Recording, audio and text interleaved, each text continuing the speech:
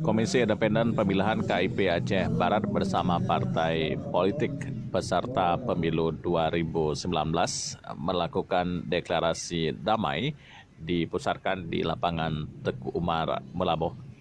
Deklarasi damai diikuti oleh sejumlah organisasi, dinas, badan, dan kantor, serta dari berbagai unsur lainnya sebagai pelaksanaan pemilu 2019 nanti.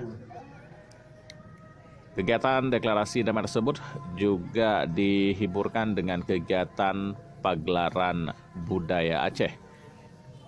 Selain itu juga dilakukan konvoi dengan mobil partai mengelilingi Kota Melaboh untuk meramaikan kegiatan deklarasi damai dan sebagai bentuk bahwa ajang politik untuk kampanye sudah dimulai untuk wilayah Kabupaten Aceh Barat, baik untuk pemilihan legislatif dan juga presiden serta wakil presiden. Deklarasi damai mengharapkan pelaksanaan pemilu damai, bebas berita hoax, serta bebas dari politik uang.